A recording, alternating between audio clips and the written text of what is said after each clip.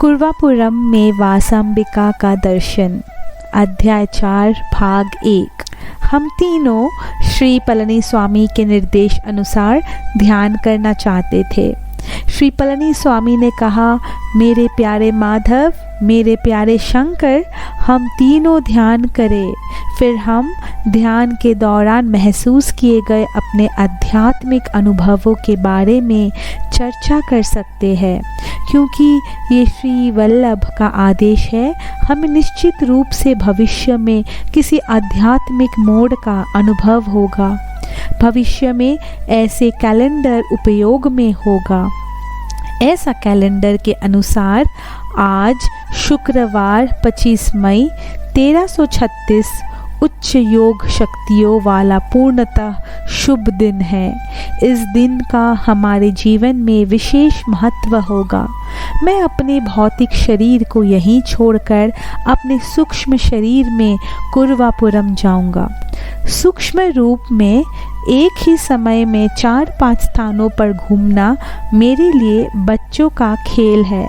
हम सब श्रीपाद श्री वल्लभ के ध्यान में रहेंगे। जब उनकी अनुमति मिल जाएगी तो मैं अपने सूक्ष्म शरीर में कुर्वापुरम पहुंच जाऊंगा। स्वामी की कृपा प्राप्त करने का मार्ग। पलनीस्वामी के शब्दों को सुनकर मुझे आश्चर्य हुआ और कहा, स्वामी, माधव ने श्री वल्लभ के दिव्य शुभ रूप को देखा और आप हमेशा सूक्ष्म रूपों में श्री वल्लभ के सानिध्य में रहते हैं, लेकिन मैं केवल उनका नाम जानता हूँ, उनके रूप को नहीं। मैं उनका ध्यान कैसे कर सकता हूँ? पलनीस्वामी मुस्कुराए और कहे, मेरे लड़के, अगर तुम श्रीपाद के लिए भक्ति करते हो तो सब कुछ हासिल किया जा सकता है। एक कछुआ अपने बच्चों को विचार तारंगों से बचाता है, भले ही उन्हें बहुत दूर स्थान पर छोड़ दिया गया हो। बिल्ली अपने बिल्ली के बच्चे को मुंह में रखकर एक घर से दूसरे घर ले जाते हैं। ये उन्हें ऐसे स्थान पर रखेगा जिसे वो सुरक्षित समझे। उसी तरह पहले तो वह कछुआ वंश न्याय से अपने भक्तों पर राज करेंगे। कुछ प्रगति के बाद वो बिल्ली वंश न्याय के साथ उन पर शासन करेगा। बाद में उन पर शुरू में वानर वंश न्याय का शासन होगा। यहाँ संतान की आवश्यकता है कि वह पुरुषार्थ से अपनी माता को धारण करे।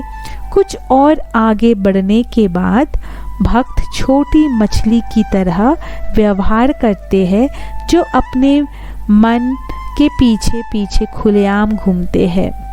जब आप ध्यान के लिए बैठेंगे तो वे आपको दर्शन देंगे।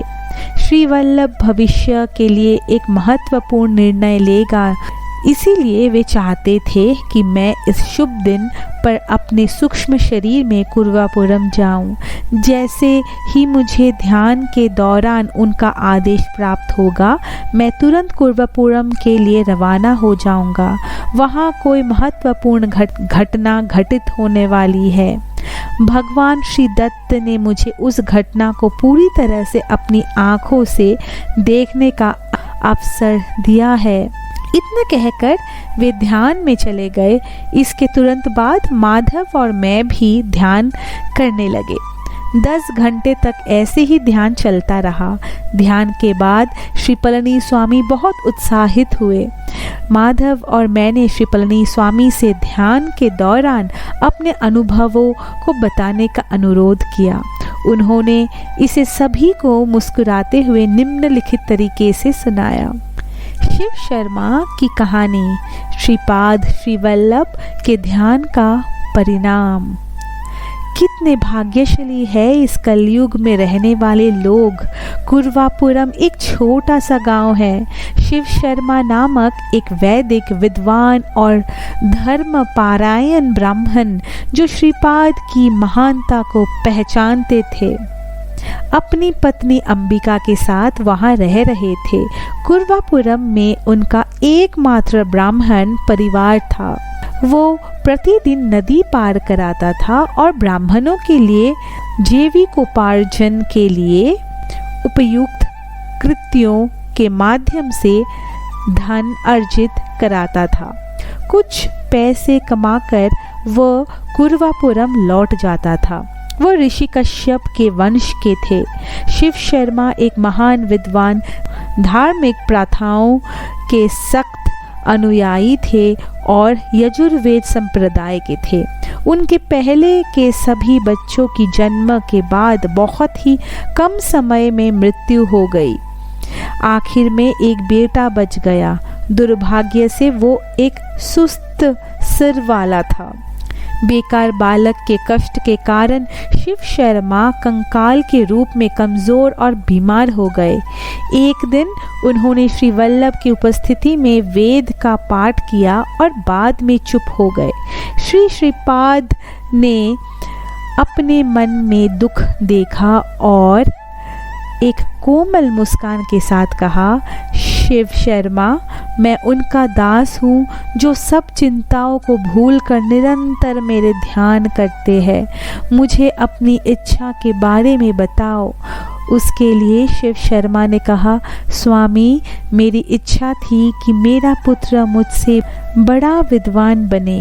मेरी सारी ख्वाहिशें बेकार हो गई। मेरा बेटा एक अपूर्णीय बेवकूफ़ बन गया।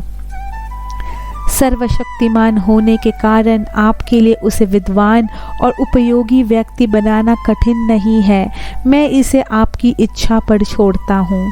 श्रीपाद ने कहा, मेरे प्रिय, कोई भी अपने पिछले कर्मों के फल से बच नहीं सकता है। पूरी सृष्टि अटूट कानूनों के अधीन चल रही है। स्त्री को उसके पूजा का फल पति के रूप में मिलता है। उसके द्वारा किए गए दान के फल के रूप में उसे संतान की प्राप्ति होती है।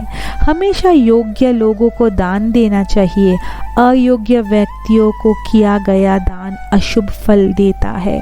यदि अच्छे स्वभाव वाले व्यक्ति को भोजन कराया जाता है तो भोजन देने वाले को अच्छे व्यक्ति द्वारा किए गए अच्छे कर्मों से होने वाले पुण्य का कुछ हिस्सा मिलता है। दान बिना अहंकार के करना चाहिए, तभी ये अच्छे परिणाम देता है। पिछले कर्म के कारण आपको एक मंदबुद्धि पुत्र मिला। आप दंपत्ति लंबे जीवन के साथ एक बच्चा चाहते थे। आप एक अल्पकालिक बच्चा नहीं चाहते थे। इसीलिए मैंने तुम्हें जीवन की पूरी अवधि के साथ एक पुत्र दिया।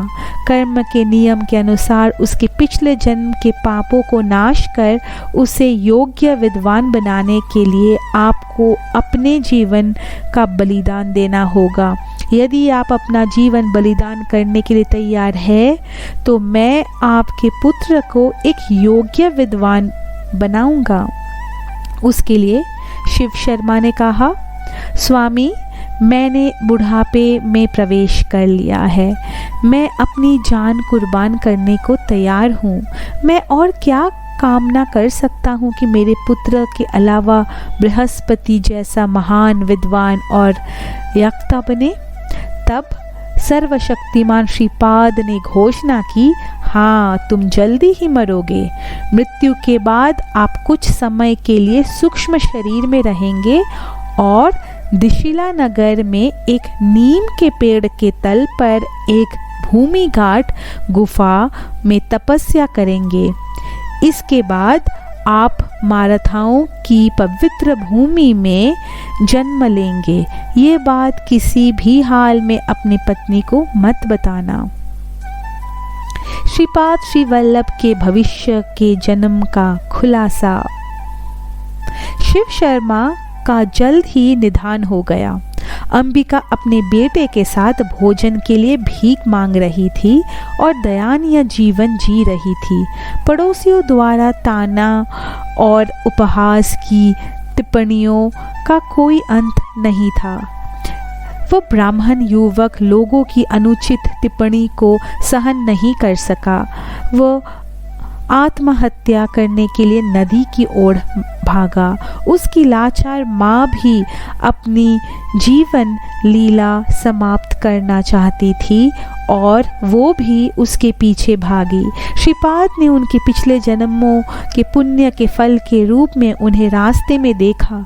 उन्होंने आत्महत्या की प्रयास से उन्हें मना कर दिया। अपनी असीम करुणा से उसने अपनी इच्छा से उस मूर्ख लड़के को विद्वान बना दिया। उन्होंने अंबिका को निर्देश दिया कि वो अपना शेष जीवन शिव की आराधना में व्यतीत करे। उन्होंने शनिवार को सूर्यास्त के समय शिव की पूजा करने से प्राप्त फल का विस्तार से वर्णन किया। उसने उसे वरदान दिया कि उसके अगले जन्म में उसे एक पुत्र का आशीर्वाद मिलेगा जो सभी मामलों में उसके बराबर होगा। हालांकि तीनों लोकों में उनके समान कोई नहीं था, इसीलिए उन्होंने स्वयं उनके आगमनी जन्म में उनके पुत्र के रूप में जन्म लेने का संकल्प लिया। मेरे प्रिय, श्रीपाद की अविश्वसनीय लीला आज यानी शनिवार 25 मई 1336 को मेरे उपस्थिति में हुई। ओम साई राम।